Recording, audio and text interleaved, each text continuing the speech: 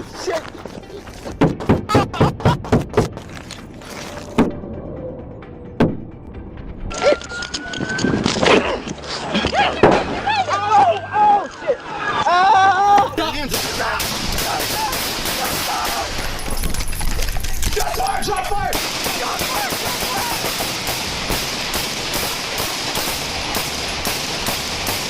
Welcome to 911 Dash Cam, home of the wildest dash cams police chase on the internet.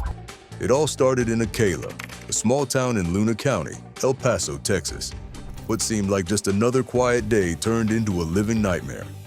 Police traffic officers were doing what they do best, routine vehicle checks. It was a typical scene.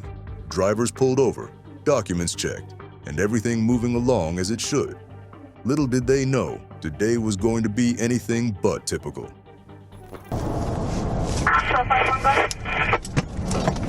Gonna be on I-10, eastbound at about the 101. I'll attempt tag 0527 Edward Paul. It's gonna be a white Chevy pickup, one aboard. Can't tell what state the temp tag's out of. Officer Jarriot, with his usual calm demeanor, approached a white pickup truck that had just been flagged down for a standard check. He smiled, his hand outstretched, ready to greet the driver. Afternoon, sir. My name's Jarriot. I'm with New Mexico State Police. The reason for the stop is your window tint's a little too dark. Dark? Yeah. You mind if I open the door? Or if you want to roll down the window more. It's dark? Yeah. I noticed you got temp tags. You got a registration for the vehicle? Yes, sir. I'll need registration and your driver's license as well. But in the blink of an eye, everything changed.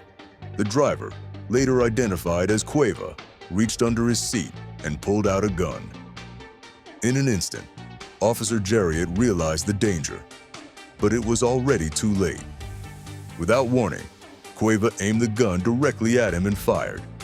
The shot rang out, and Officer Jarriot collapsed to the ground instantly, his life taken by a single bullet.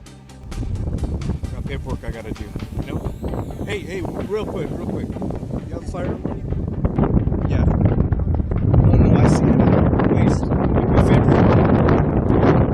You mind if I take it off you for my safety? Alright, hold on. Alright, let's go to my vehicle, okay? Come on.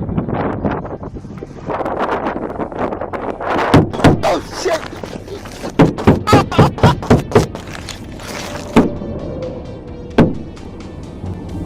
The officers surrounding the area were left in shock. No one saw it coming. A routine check, the kind that happens every day, had just turned into an ambush. Officer Jarriot was down, and the others froze for a moment, unsure of what to do. Then, without a second thought, Cueva slammed his foot on the gas and sped off.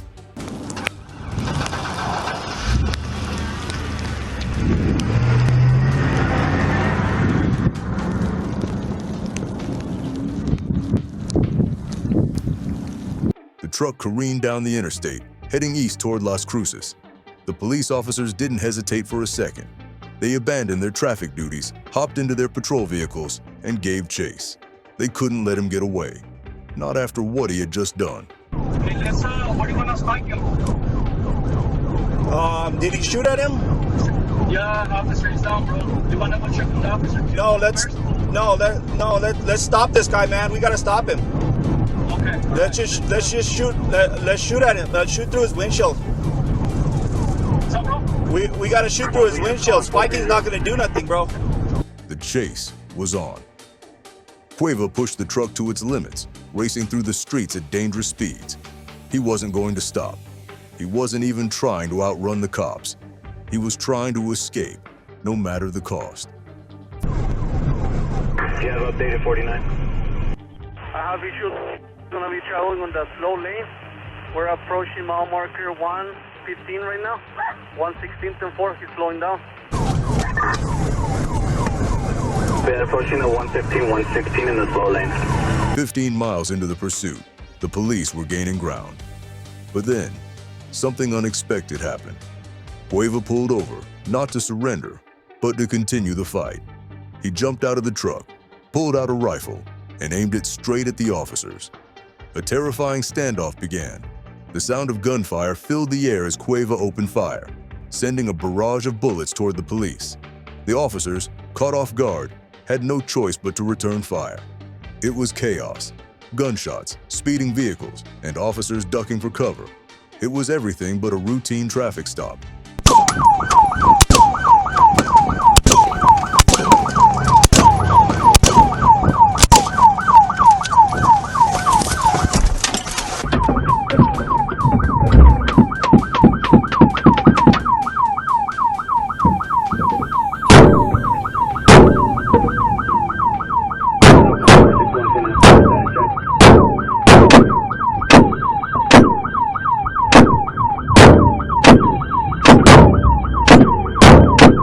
Cueva wasn't done. Realizing that he was outgunned, he quickly jumped back into his truck and took off again, speeding down the road. The police were relentless. They couldn't stop now, not after what had just happened. The chase was still on.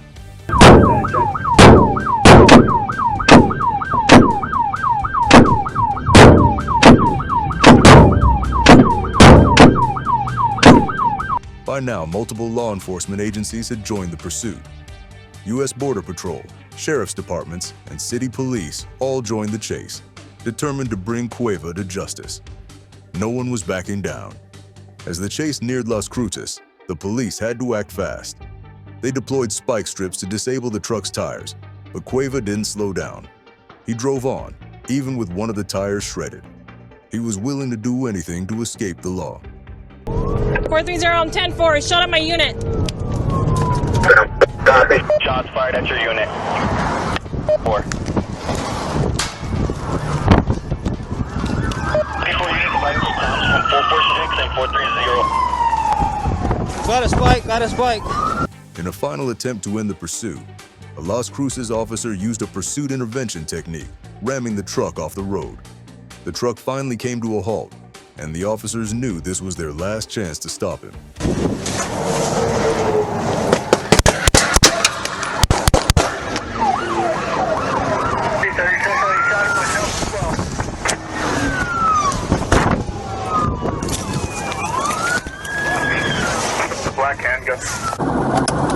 So 49, he's slumped over.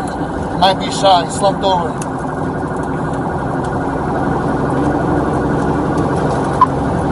We're getting closer to Avenida Mesilla exit. Still eastbound. Yeah, spike shifted up in the air. I can't see him anymore.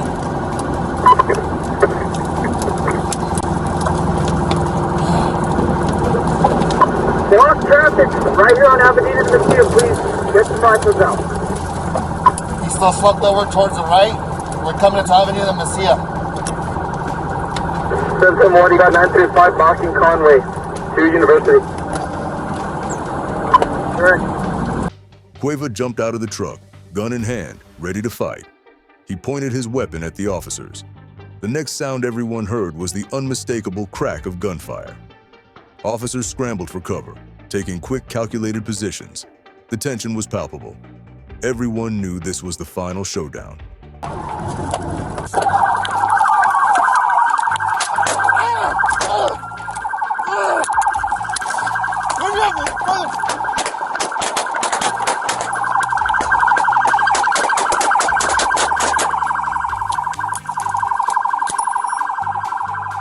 Shots rang out in quick succession.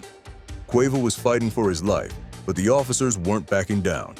They returned fire with precision. It was a standoff like no other.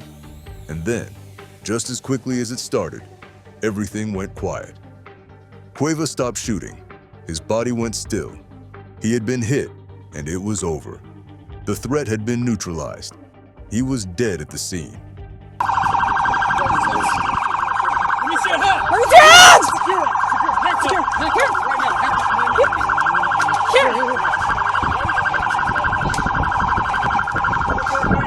Got it?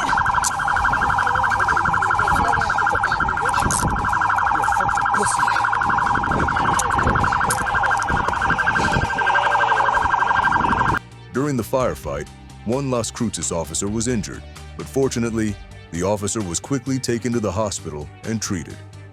Officer Jarriot, however, was not so lucky. He lost his life that day, leaving behind 3 young children, with another on the way. Officer Jarriot had given everything, including his life, to protect his community. Now, just when you thought things couldn't get more intense, we move on to another unbelievable moment that cost a policewoman her job. It was May 29th, 2018, when Officer Brinley Blood responded to a routine traffic call. What she didn't know was that this call would turn into a situation that would change her life forever. William B. Davis. 10-4. She arrived to find Officer Ian McCann struggling to arrest a driver named Alara Lewis. Lewis had been driving that sunny day when he was pulled over. Hello, sir. Yeah. I'm Officer McCann, Lawrence Police Department. The reason I stopped you not wearing your seatbelt, okay? Man. At first, Lewis hesitated, but eventually stopped. Officer McCann approached, and that's when things took a turn for the worse. Lewis, clearly upset, argued with the officer. He was furious, claiming that he hadn't done anything wrong. Officer McCann explained that he was being stopped for a seatbelt violation, but Lewis wasn't having it. Hey, man. Stop. Stop. Man, about a seatbelt, bro. I'm moving, my family homeless. I'm trying to go to fucking work at 6. You gonna stop me for a fucking seatbelt? Yes, sir. McCann asked for Lewis's driver's license to issue a ticket, but Lewis refused. Hey, but I'm not going to stand out here and have court with you and have an argument with you on the side of the road. I need your driver's license and your insurance card. If you give me that, I will get you your citation. I will get you on your way. You'll be out of here in 5 minutes or less. And you can go pick up your kids, and you can go move your family, and you can go do the things that you need to do. Things quickly escalated. McCann tried to force Lewis out of the car, and a physical altercation ensued. Officer Blood arrived at the scene just as things were getting heated. Seeing McCann struggling, Officer Blood rushed to help. She opened the passenger door trying to reason with Lewis, but he wasn't listening. He was ready for a fight. Step out. Give me your hands. Step out. Hey, don't make this. Don't make this. Don't talk to me. I want to talk to your motherfucker. Get out of the car. Get out of the car. I'm gonna knock you in your mother. Get out of the car. I'm not getting out this car. Get out of the car. I'm not. Get out of the Please car. stop, man. Sir? You're messing up my kids' stuff. Please, we need 6. In a desperate attempt to escape, Lewis punched McCann and broke free from his grip.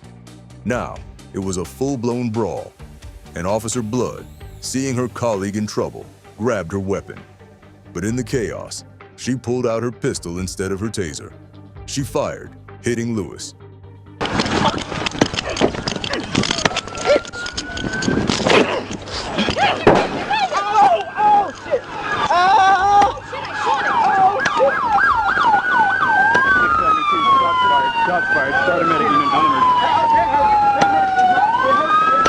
Realizing what had just happened, Officer Blood screamed, "I shot him!" It was a moment of panic and regret. Lewis was quickly rushed to the hospital, treated, and charged with multiple offenses. No. Check the car. We're cuffed. We're cuffed. Officer Blood was charged with battery. She explained that she meant to use her stun gun, but the damage had already been done. The mistake cost her more than just a few sleepless nights. It cost her her job.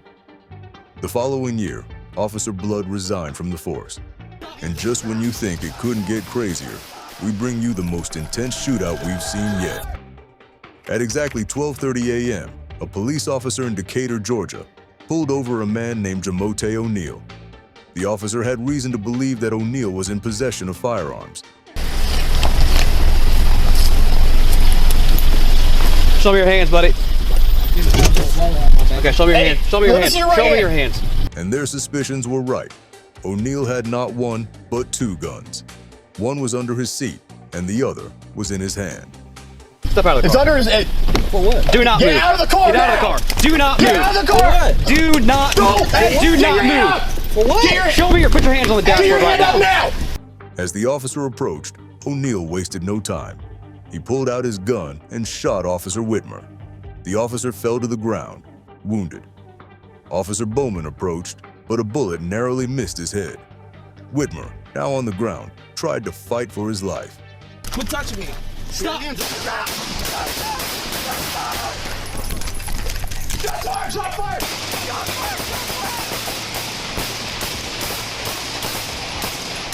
The Decatur police quickly returned fire, shooting at O'Neill.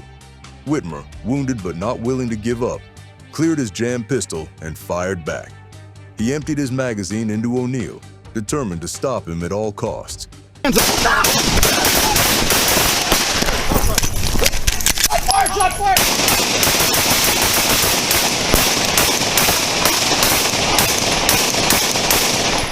The aftermath was brutal.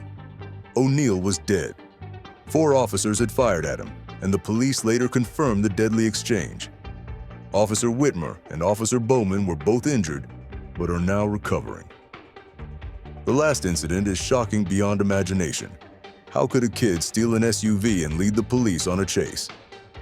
At 12:13 p.m. on September 12, 2021, Doña Ana County deputies were called to respond to reports of a reckless driver in a blue-gray SUV near Las Cruces, New Mexico, approximately 46 miles north of El Paso, Texas.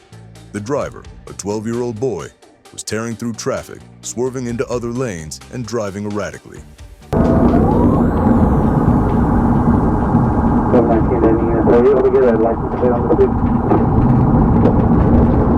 When officers attempted to pull the vehicle over, the young driver slammed the accelerator and fled, initiating a high-speed chase.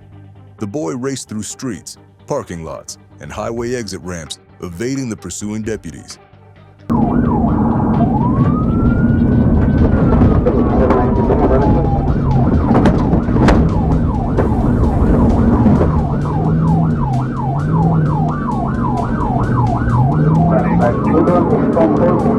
As the pursuit intensified, the suspect picked up 3 other minors in a parking lot, who soon jumped out of the moving SUV as it sped on.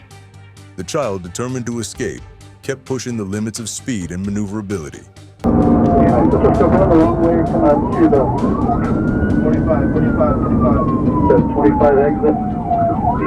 However, his luck ran out when the SUV collided head-on with another vehicle on a one-way street, ending the chase.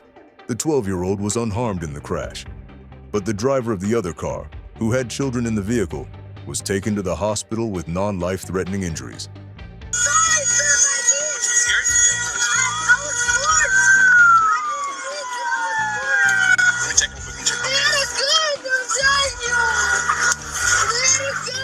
In the aftermath of the crash, officers found a 9mm handgun and ammunition inside the SUV, along with the child who was carrying bullet casings and bullets on his person. It was revealed that the young driver already had an outstanding felony warrant for conspiracy to commit car burglary. If these stories teach us anything, it's that policing is not a scripted drama. It's raw, intense, and often chaotic. Officers put their lives on the line every single day, with no script, no manual, and no safety net. They face dangers we can't even imagine. For the families, the injured, and the communities watching, it's a reminder to appreciate the bravery behind the badge. These officers live in a dangerous world, one where every decision could mean the difference between life and death. If you want to dive deeper into these heart-pounding moments, check out the full videos linked throughout the video. Witness the decisions, the bravery, and the raw emotion firsthand. Stay safe out there. Like, subscribe, and keep watching for more raw, uncut moments from the front lines of law enforcement.